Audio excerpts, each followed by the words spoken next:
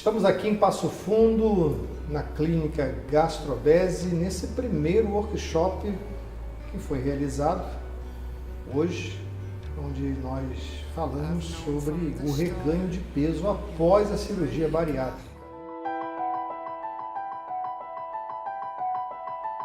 Boa noite, meu nome é Hudson, eu sou do canal de obesidade, o canal do YouTube.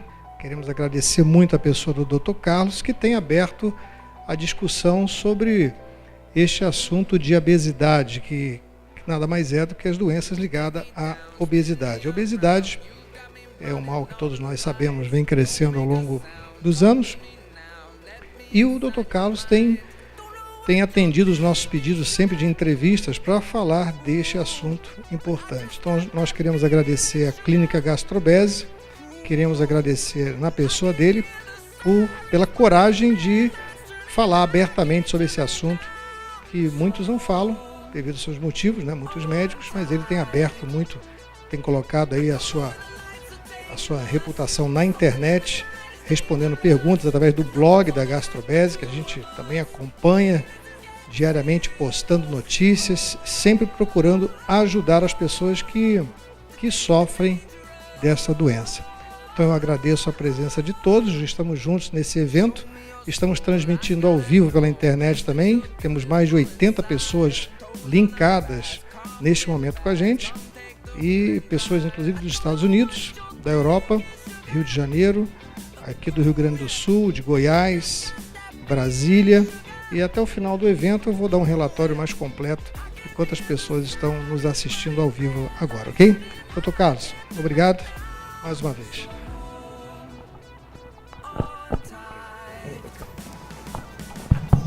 Bom, boa noite. Eu fico muito alegre, muito contente de ter aceito o desafio que o Hudson me propôs, sabendo que nós iríamos fazer essa apresentação. O Hudson nos convidou a divulgar isso, porque pouco se fala nas redes sociais, muito se fala de pacientes para pacientes. O fulano fez a cirurgia, voltou a engordar tudo de novo, o fulano fez e não emagreceu, o outro está magro demais. E a notícia ruim se espalha muito e a notícia boa, soluções, às vezes não aparece.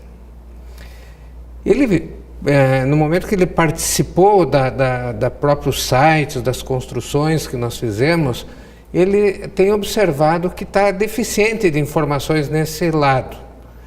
E aí, então, nós aceitamos o desafio, vamos falar sobre isso. Por que normalmente não se gosta de falar sobre reganho de peso? Porque é uma falha. Quando nós, falando como equipe, propomos para alguém fazer um tratamento cirúrgico para tratar a obesidade, nós estamos propondo uma solução. E nós queremos muito que dê certo. Só que nem sempre depende de nós. Depende de nós e do paciente, e o paciente também quer que dê certo, e quando não dá certo, nós dois, nós, equipe e paciente, nos sentimos frustrados e lamentamos o resultado. Então vamos ver o que eu estou trazendo para vocês, como é que nós deveremos abordar, enfrentar essa situação que realmente existe. Então nós estamos construindo então um primeiro workshop, pelo menos aqui da nossa clínica, que vai tentar de uma forma multiprofissional abordar esse assunto. O fator principal que me levou a trazer esse assunto à tona foi quando uma paciente comentou comigo que a psicóloga da escola que estava o filho mostrou o desenho que essa criança trouxe na escola. E foi um desenho que chamou muito a atenção, porque ela conseguia demonstrar as fotos da mãe, eu acho que é da mãe, não tenho certeza, mas ele fez da mãe, quando ela estava com obesidade, como é que essa criança de 4 anos via a mãe nas fotos, ela não conheceu a mãe assim, como é que ela viu a mãe magra, olha o sorriso, e como é que ela estava vendo a mãe que reganhou peso. Não existe avaliação mais sincera do que a avaliação de uma criança. E é este fato, obviamente que essa criança que está aqui não é a criança que nós estamos falando, é simplesmente uma ilustração. Como é que nós devemos encarar esse problema que realmente a pessoa com obesidade tem sonhos, eu vou ser magro, eu vou mudar minha vida, eu vou fazer uma cirurgia, meu sonho é de colocar aquela calça jeans, toda aquela construção que ela faz de ilusões, de repente ela sente que está escapulindo das mãos e ela se depara com a realidade que pode tudo cair por terra. Se nós perguntarmos para as pessoas que fizeram a cirurgia, que tenham diabetes, tenham hipertensão, tenham uma série de doenças, mas que tenham uma obesidade expressiva, o fator que mais vai estar associado à sua preocupação é o medo do reganho. Ela não está tão preocupada se tiver que usar até insulina novamente. Mas o medo de voltar a ter o peso e se deparar com uma sociedade que vem dizer, ué, você não fez a cirurgia? E novamente ter que admitir, para quem não entende, que é uma falha sua, de novo você falhou no controle do seu peso, é muito triste. E isso acontece. Com frequência chegam até mim pessoas que indiretamente querem perguntar quanto de peso é normal ganhar após a cirurgia? Ou estou ganhando peso rapidamente, o que está acontecendo? Recentemente teve uma paciente que chegou e estava ganhando peso rapidamente, o que estava acontecendo, ela estava grávida. Então, às vezes é normal, é um processo normal, mas esta preocupação mostra o quanto isso assombra o paciente que fez a cirurgia. Estou comendo errado, a minha dieta é responsável, estou fazendo alguma coisa de errado que não está trazendo a perda de peso que eu esperava ou que está me proporcionando recuperar quilos que eu perdi. A cirurgia pode não ter dado certo. E eu digo para vocês que tudo isso está certo. Tudo isso acontece. Nós temos que entender, para poder falarmos, para que nós possamos entender o que faz com que a pessoa ganhe peso após a cirurgia, nós temos que saber inicialmente por que nós engordamos. E nós podemos deixar pelo menos 3 fatores claramente envolvidos, que todos vocês estão cansados de saber. O sedentarismo, com máquinas fazendo o nosso trabalho, com automóveis nos levando a andar uma quadra, nós vamos com automóvel, hoje nós temos que fazer até por uma questão de segurança, temos que nos deslocar o mais protegido possível, e nós utilizamos esses instrumentos para tudo. Não levantamos nem da cadeira para trocar o canal da televisão. Uma vez, a maioria não conheceu, mas eu conheci que tinha que girar um disquinho para trocar o canal da televisão. E do outro lado, nós temos uma abundância alimentar. Se nós lembrarmos, vamos pegar, por exemplo, um café da manhã dos nossos avós.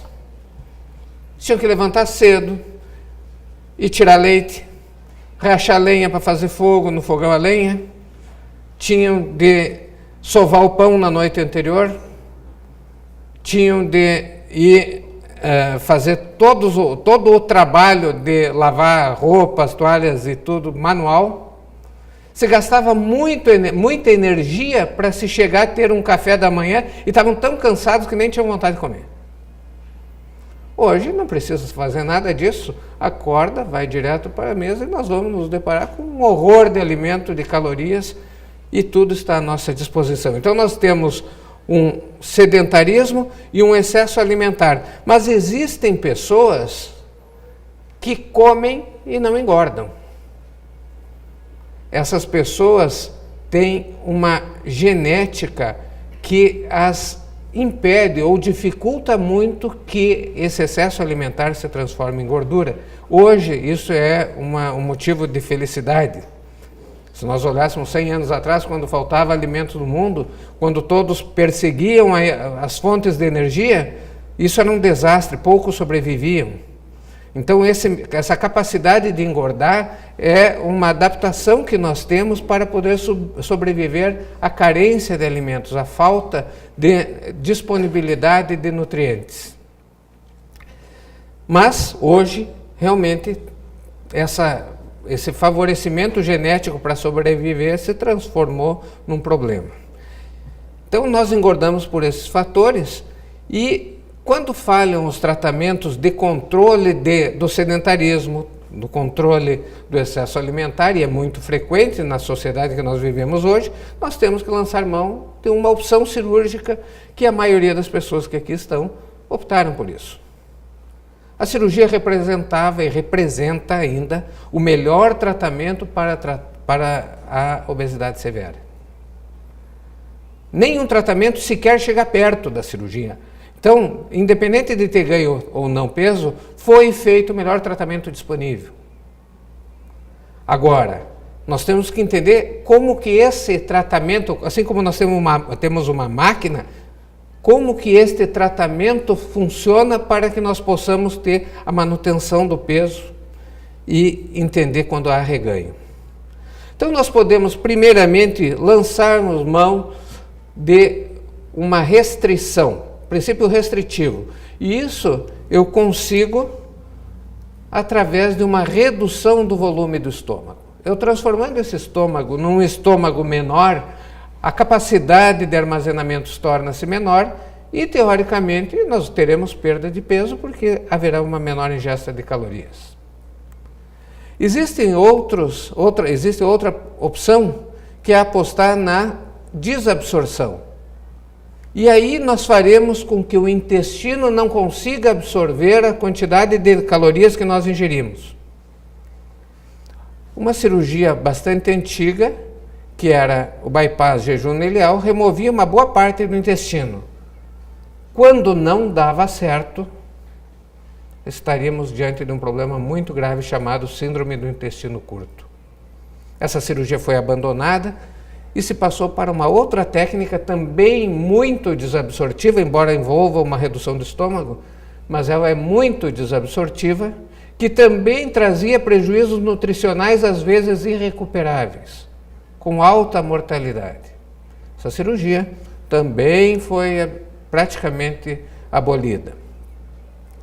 A cirurgia desabsortiva que tem dado resultados bons e segura é o switch duodenal, duodenal switch, que é uma opção boa, principalmente para pessoas com muita obesidade.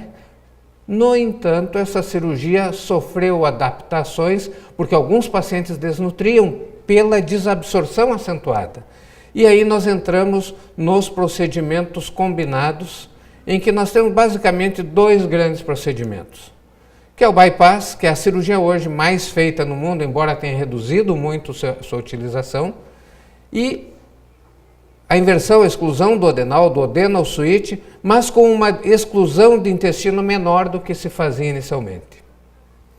Então nós passamos a ter cirurgias combinadas e essas parecem mais seguras. Não vou correr tanto o risco do reganho na cirurgia restritiva e não vou ter o risco tão grande da perda de nutrientes da cirurgia desabsortiva. Esses dois princípios de funcionamento da cirurgia eles são anatômicos, são mecânicos.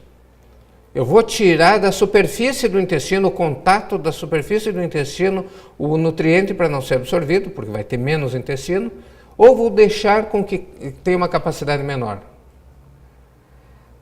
Se nós olharmos, depois nós podemos olhar com mais calma ali, a cirurgia do sleeve, ela é uma cirurgia que é restritiva, no entanto, ela atua em cima de um hormônio chamado grelina, que é um hormônio que induz a fome. No momento que nós removemos, nesta cirurgia aqui, eu removo essa porção do estômago, e quando eu removo essa porção do estômago, eu removo a porção do estômago que produz a grelina, e a pessoa vai ter menos fome, vai buscar menos alimento.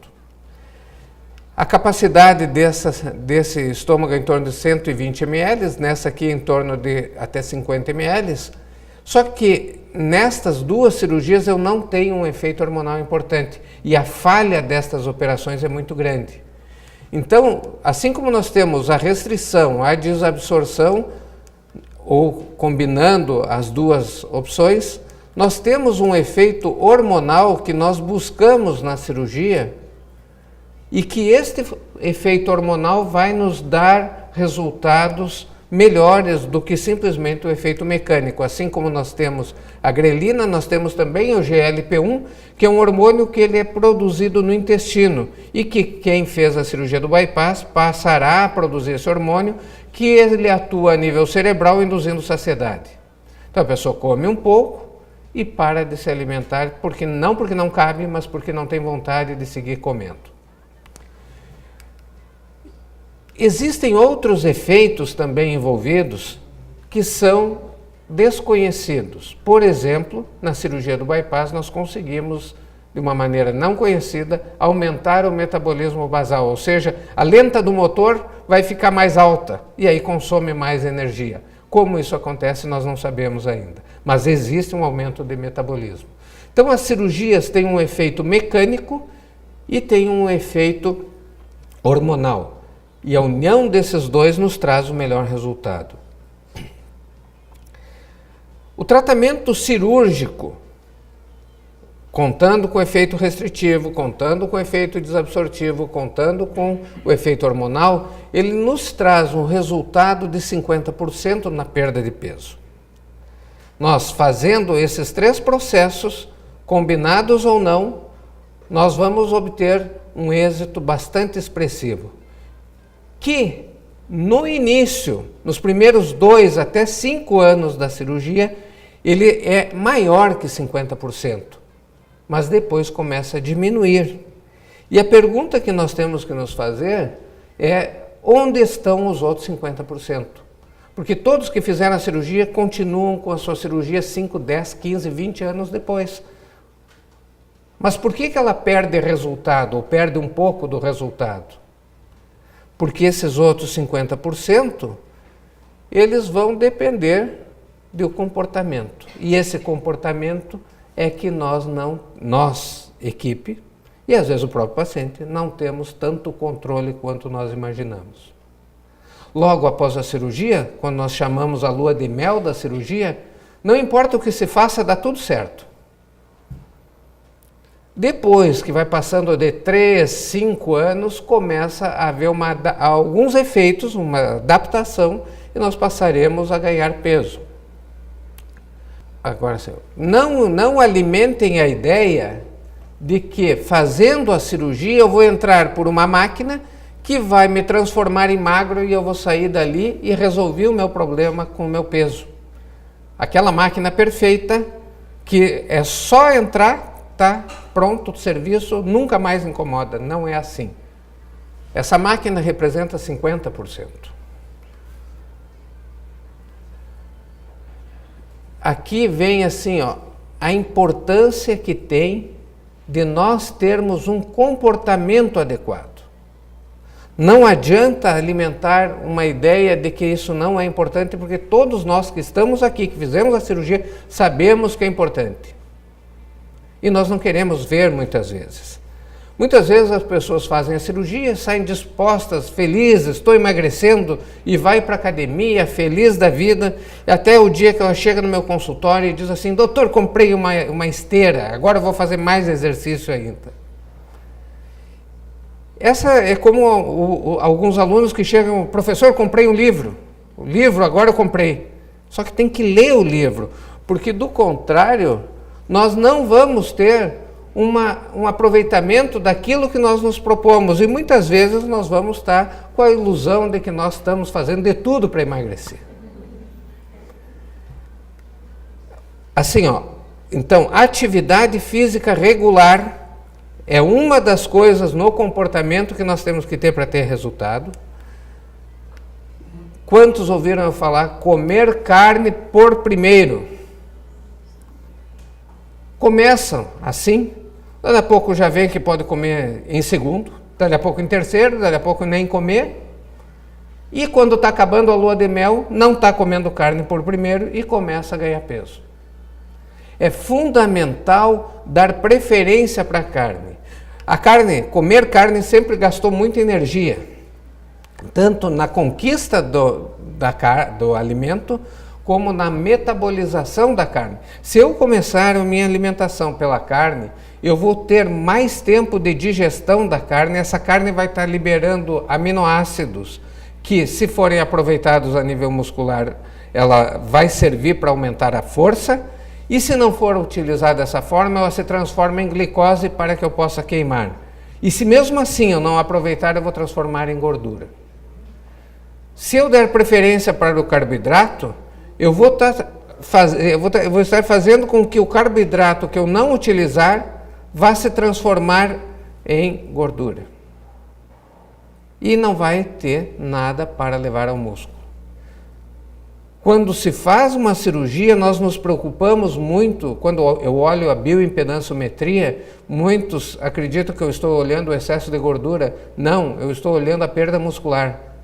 Porque quanto mais tiver conservação, mais for conservada a musculatura, tanto melhor o vigor do paciente, a saúde do paciente e a perda de peso em consequência disso.